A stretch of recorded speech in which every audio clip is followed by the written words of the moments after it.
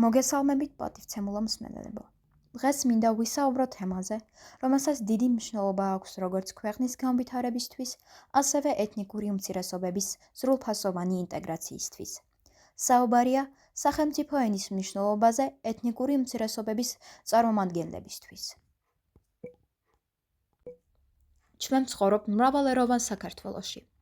ახალქალაქში და სხვა რეგიონებში ცხოვრობენ ქართველები, სომხები, ბერძნები და სხვა ერის წარმომადგენლები. საქართველოს კონსტიტუციით სახელმწიფო ენა არის ქართული, რაც ნიშნავს, რომ ყველა ოფიციალური ურთიერთობა სახელმწიფო უწყებებში, განათლების სისტემაში, ჯანდაცვაში და სხვა დაწესებულებში მიმდინარეობს ქართულ ენაზე. მაგრამ როგორ მუშაობს ეს პრაქტიკაში ეთნიკური უმცირესობებისთვის? როგორ ვფლობ ჩვენ მაგალითად სომეხი მოსახლეობა ქართულ ენას? რამდენად ვარ ჩართული სახელმწიფო, პოლიტიკურ და კულტურულ ცხოვრებაში? და რაც მთავარია, რას ვაკეთებ დღეს იმისთვის, რომ ჩვენს ახალგაზრდებს ჰქონდეთ თანაბარი უფლებები და შესაძლებლობები? დღეს სახელმწიფო ენის მოთხოვნა ეთნიკური უმცირესობებისთვის აღიქმება როგორც ბარიერი. იმიტომ რომ როდესაც ადამიანი არ ფლობს ქართულს, თავს გრძნობ უცხოპ, ხვდება რომ ბევრგან შეზღუდულია ენის უცოდინარობის გამო. მაგრამ სინამდვილეში ქართულ ენის ცოდნა გვაძლევს ბევრ შესაძლებლობას და განვითარების გზას. გვაძლევს განათლების საშუალებას. მიიღონ განათლება ქართული უმაღლეს სასწავლებლებში. აქვს საშუალება დასაქმდნენ, მიიღონ მონაწილეობა სახელმწიფო პროგრამებში და შეეძლონ დაიცვან საკუთარი და სხვისი უფლებები. მაგრამ ამ გზის გავლა ადვილი არ არის. ეს რიგ სირთულეებთან არის დაკავშირებული. ხშირად ქართული ენის სწავლა ფორმალურია. სკოლები არ არის აღჭირვილი თანამედროვე სასწავლო რესურსებით. სასწავლო რესურსები არ შესაბამება მესამე თაობის სტანდარტს. ამის გარდა ქართულად კომუნიკაცია ხდება მხოლოდ გაკვეთილზე. მოსწავლეებს სკოლის გარეთ უწევს კომუნიკაცია მშობლიურ ენაზე და არა ქართულად. იმიტომ ესეც ერთთაგვარ პრობლემას წარმოადგენს. რამდენიმე წელია მთავრობა ახორციელებს პროექტებს ქართულის სწავლობის გასაძლიერებლად. მაგალითად 1+4 პროგრამა, რომელიც აძლევს ეროვნულ უმცირესობების ახალგაზრდებს შესაძლებლობა ქართულ ენაში მომზადების მიმართულებით. კურსის წარმატებით დასრულების შემდეგ სტუდენტი ირჩევენ მათთვის სასურველი ფაკულტეტს. ეს პროგრამა არის წარმატებული. ახალქალაქიდან ძალიან ბევრმა ჩააბარა ქართულ უნივერსიტეტებში, მიიღო უმაღლესი განათლება და დასაქმდა როგორც სახელმწიფო, ასევე კერძო სტრუქტურებში. მაგრამ გვიჩნდება კითხვები. რამდენად ხელმისაწვდომია ეს პროგრამა ყველა ახალგაზრდისთვის? არის თუ არა განსხვავება სოფლისა და ქალაქის სკოლებს შორის? აღინიშნავია ადგილობრივი თვითმმართველობების, ხელისუფლების, მასწავლებლების, ოჯახების და თითოეული ჩვენგანის როლი ამ მიმართულების განვითარებაში. ქართული ენის ცოდნა არ ნიშნავს მხოლოდ სკოლაში წარმატებას ან სამუშაოს მიღებას. ეს არის მოქალაქეობის ნაწილიც. როცა ადამიანი ფლობს ქართულს, შეუძლია მონაწილეობა საზოგადოებრივ დისკუსიებში. იცნობდებს კანონებს და შეუძლოს მისი გაგება და გამოყენება. მიმართავდეს ხელისუფლებას სხვადასხვა საკითხით, აქტიურად იყოს ჩართული საზოგადოებრივ ცხოვრებაში და იცავდეს ადამიანის უფლებებს. ჩვენ შეგვიძლია ვიღოთ ამ ცვლილებების ნაწილი. მოვუწოდებთ ყველას, რომ შეიყვარონ ქართული არა როგორც დაკისრებული ვალდებულება, არამედ როგორც შესაძლებლობა და მომავლის გზა. მასწავლებლების პროფესიულ განვითარებას ხელი შევუწყოთ, შევიმუშაოთ სასწავლო რესურსები და შევიმუშაოთ პროგრამები, რომლებიც ხელს შეუწყობენ მოსწავლეებს მიიღონ კარგი განათლება. სამოქალაქო საზოგადოების ორგანიზაციებმა ხელმისაწვდომი გახადონ ენის შესწავლელი კურსები, განსაკუთრებით ახალგაზრდებისთვის და ქალებისთვის. საბოლოოდ მინდა ხაზგასმით ვთქვა. ქართული ენის სწავლა არ ნიშნავს უარყოფას ჩვენი მშობლიური ენისა, მაგალითად სომხურისა ან სხვათა. მათ შეუძლიათ ერთად თანაცხოვრება და თანაყოფნა. ენის ცოდნა არ ნიშნავს ასიმილაციას. ენის ცოდნა არის შესაძლებლობა, ენის ცოდნა არის ინტეგრაცია და ენის ცოდნა არის განვითარების გზა. ენის ცოდნა აქტიური მოქალაქეობაც არის. მშობლიური ენის კარგად ცოდნა გვაძლევს საშუალებას უფრო ადვილად ისწავლოს სხვა ენა, შეიცნო მისი კულტურა და ტრადიციები. მრავალეროვანი საზოგადოება არის ქვეყნის მრავალფეროვნება და სიმდიდრე.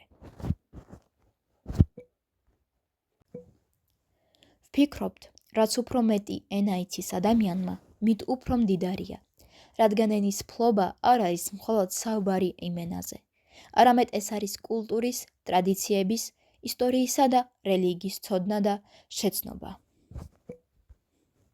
დღეს ჩვენი სტუმარია ახალქალაქის პირველ საჯარო სკოლის ქართული ენის პედაგოგი ქალბატონი ეკა თათაშვილი. გამარჯობათ.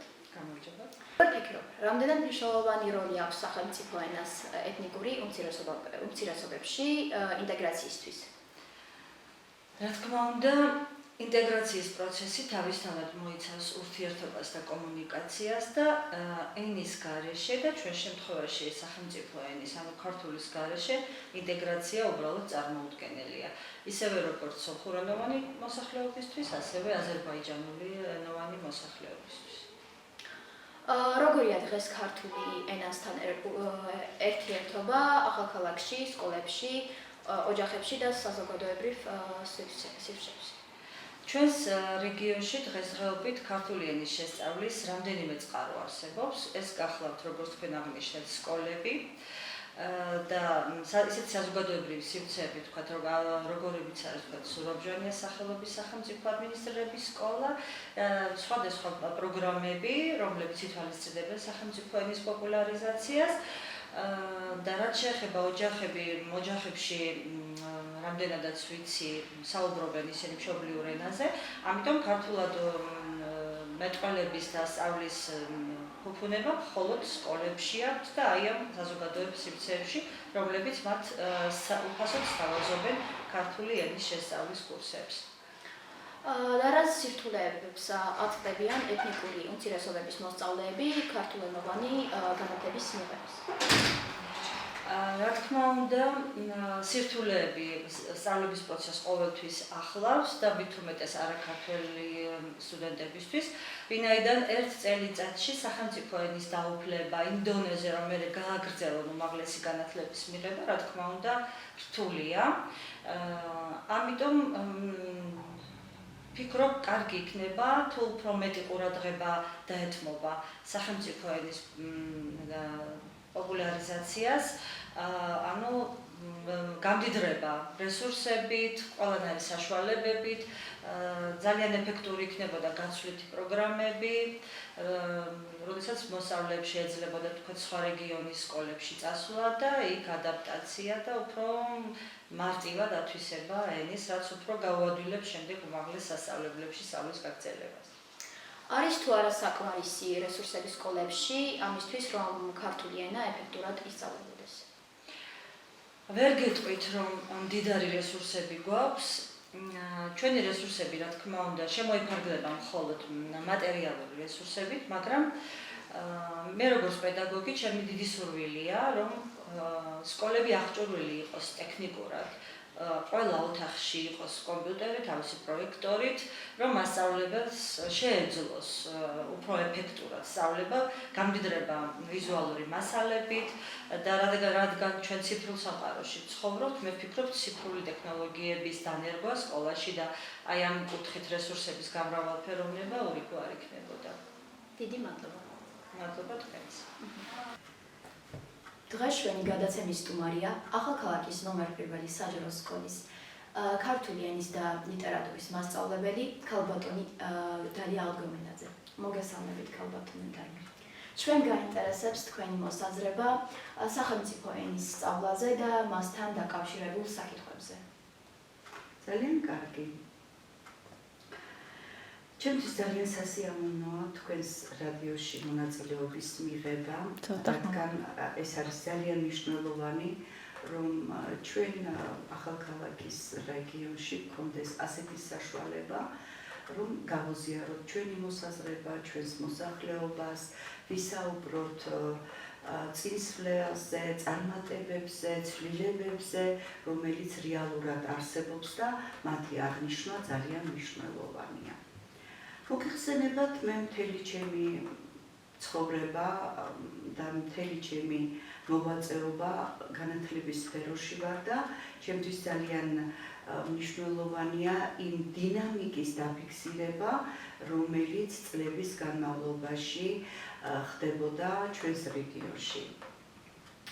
სახელმწიფო ენის ცოდნა და სახელმწიფო ენაზე საუბარი ეს არის ყველაზე მტკივნეული და ძალიან მნიშვნელოვანი საკითხი ყველა ადამიანისთვის, რადგან თუ ცხოვრობ ქვეყანაში და არ იცი მისი სახელმწიფო ენა და შენ არ გესმის ის, რაც ხდება რეალურად ქვეყანაში, ეს არის ძალიან ცუდი და ეს არის ინტეგრაციის შემაფერხებელი ყველაზე მნიშვნელოვანი ფაქტორი.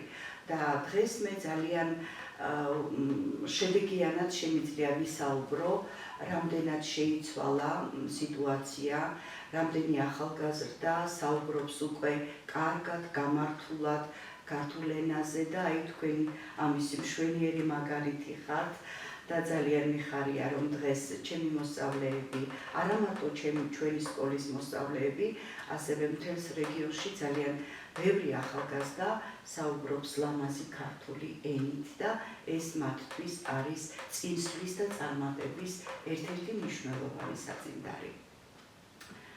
მოგეხსენებათ, ქართული ენა ეს არის ძალიან ძველი, ლამაზი, მოქნილი, ხავერდოვანი ენა, მაგრამ ამასთან ერთად მას გააჩნია თავისი სპეციფიკა და რა თქმა უნდა სირთულეებიც გააჩნია. სწორედ ეს არის ნაწილობრივ შემაფერხებელი ფაქტორი იმისა, რომ არაქართველი მოსახლეობა და ჩვენი ეთნიკური უმცირესობები, სომხები რთულად ეუფლებიან ამ ენას, რადგან აი გრამატიკულად განსხვავებული სტილი არსებობს, განსხვავებული ენობრივი კონსტრუქციები არსებობს, რომელიც პირდაპირ არ ჩნდება სომხურ ენაში, მაგრამ დაძლებადია და ჩვენ ამის ძალიან კარგი მაგალითები შეგვიძლია მოგვიყვანოთ და გითხრათ იმაზე, რომ ვინც სისტემატიურად სწავლობს, მეცადინეობს, ვისაც აქვს ურთიერთობა, ვისაც აქვს შეხება ქართველებთან და კომუნიკაციას ამყარებენ ქართულ ენაზე, მათთვის თანდათან დაძლებადი ხდება ეს ყველაფერი და დღეს ისე კარგად საუბრობენ ჩვენი სტუდენტები, რომლებიც თბილისში სწავლობენ, ახალქალაქში სწავლობენ, ახალციხეში სწავლობენ, რომ მათთვის აღარანაირი შემაფერხებელი გარემოება არ არსებობს და ისინი თავისუფლად მეტყველებენ. სახელმწიფო ენის შესწავლასთან დაკავშირებით მე მინდა ხაზი გავუსვა, რა თქმა უნდა, პირველ რიგში პედაგოგს, მასწავლებელს, რომელიც ამ საქმით არის დაკავებული, რადგან სწორედ მასია დამოკიდებული, როგორი მეთოდებით, რა მონდომებით, საინტერესო ინტერაქტიული მეთოდებით შეუძლია, რომ მოხიბლოს მოსწავლე და მას შეაყვაროს ქართული ენა. ეს უნდა მოხდეს თანდათან დიდი მოთმინებით, დიდი რუდუნებით, დიდი სიყვარულით, რომ აი ადამიანმა მოიწონოს შენი ენა, რომელ ენაზეც შენ საუბრობ, იგრძნოს მისი საჭიროება, გაუჩნდეს მოტივაცია და დაიწყოს ენის შესწავლა. სწორედ ეს არის მთავარი და დღეს ვფიქრობ, რომ ჩვენს რეგიონში მეტ-ნაკლებად, რა თქმა უნდა, ვერ ვიტყვი იმას, რომ ეს საკითხი მთლიანად არის გადაჭრილი, მაგრამ მნიშვნელოვანი ნაბიჯები უკვე გადადგმულია, თითქმის ყველა სკოლაში შევიდა კარგი მასწავლებელი, დაიხვეწნენ ეს მასწავლებლები, ძალიან ბევრი ტრენინგები გაიარეს, თვითონაც ისწავლეს ის სიახლეები, რაც არსებობს, როგორც უნდა ისწავლებოდეს სახელმწიფო ენა და გარკვეული შედეგებიც გვაქვს. შედეგებზე თუ ვილაპარაკებთ, ეს არის ძალიან სახარბიელო და ცოცხალი მაგალითები. ყოველი სკოლიდან, გინდათ ახალქალაქის, გინდა მთლიანად თუ ავიღებთ ახალქალაქის სოფლებსაც, ძალიან ბევრმა ახალგაზრდამ მოინდომა ჩაბარება საქართველოში და უმაღლესი განათლება საქართველოში უნდა მიიღონ. რას ნიშნავს ეს? მათ უკვე გააჩნიათ ის ბაზა, მნიშვნელოვანი ბაზა, რაზეც უნდა აიგოს მათი უმაღლესი განათლება. და ეს არის შეგნებული, დაფიქრებული, წინ გადადგმული სწორი ნაბიჯი, რადგან საქართველოს მოქალაქეებმა, რა თქმა უნდა შეისწავლონ სახელმწიფო ენა, უნდა მიიღონ უმაღლესი განათლება და უნდა დამკვიდრდნენ საქართველოში. უნდა ნახონ თავიანთი სამსახური, დასაქმდნენ აქ და ისარგებლონ ყველა იმ სიკეთით, რაც არსებობს საქართველოში. მე აქ მხოლოდ უმაღლესი განათლების მიღებაზე არ მინდა საუბარი, რადგან მნიშვნელოვანია ასევე პროფესიული განათლების მიღებაც. აუცილებელი არ არის ყველა ექიმი და ყველა იურისტი გახდეს. ისეთი პროფესიებიც არსებობს, რომლებიც უფრო მნიშვნელოვანია და ყოველდღიურ ცხოვრებაში ჩვენ ამას ვეხებით და ხვდებით და სწორედ ამაშიც მინდა დავინახო ის ახალგაზრდები, რომლებიც ჩვენი ქვეყნის მომავალ თაობას წარმოადგენენ და მათ ზურგზე უნდა იდგეს ჩვენი ქვეყანა. მოგეხსენებათ, რამდენად უფრო განათლებულია, რამდენად უფრო ძლიერია ჩვენი მომავალი თაობა, იმდენად განვითარებული იქნება ჩვენი სახელმწიფო და სწორედ ასეთ ქვეყანაში გვინდა ჩვენ სწავლა და ცხოვრება.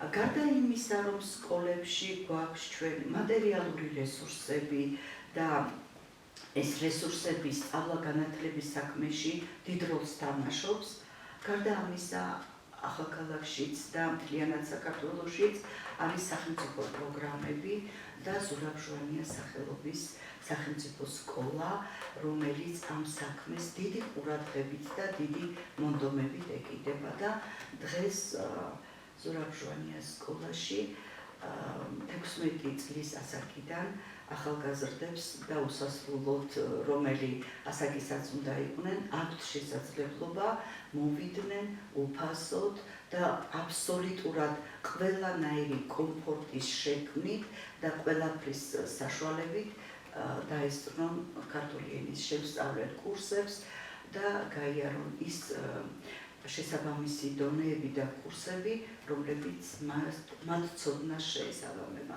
მე მისი ხაზგასმა მინდა, რომ დღეს ჩვენი სახელმწიფო აკეთებს ბევრ რაღაცას იმისათვის, რომ ეთნიკურმა უმცირესობამ შეძლოს ამ ბარიერის გადალახვა და წლების განმავლობაში თუ მათ არ ქონდათ ამის შესაძლებლობა, ახლა მათთვის ყველაფერი არის შესაძლებელი. მთავარია мотивация, მთავარია მონდომება. მთავარია იცოდე ის, რომ შენ ხარ ამ ქვეყნის სრულყოფილი მოქალაქე და შენ გჭირდება ფეხზე მყარად დგომა. ზუსტად მყარად დგომისთვის გჭირდება სახელმწიფო ენის ცოდნა, განათლება და დასაქმებული უნდა იყოს. ჩვენთვის ძალიან საინტერესოა თქვენი მოსაზრება, რადგან თქვენ წლების განმავლობაში მუშაობთ ამ სფეროში და თქვენ ძალიან კარგად იცით ცვლილებების შესახებ. ჩემთვისაც ძალიან მნიშვნელოვანია, რადგან მე მიხარია, თქვენი წარმატებაც ძალიან მიხარია, ასეთი სიახლეებიც ძალიან მიხარია, რადგან ეს უფრო მეტ мотивაციას აჩენს ახალგაზრდებში და ზუსტად თქვენზეა დამყარებული ის ცოდნა და ის განათლება, რომელსაც თქვენ ღებულობთ სკოლაში და საერთოდ ურთიერთობებში. დიდი მადლობა. ჩვენ ვაგრძელებთ შეხვედრებს და დარჩით ჩვენთან.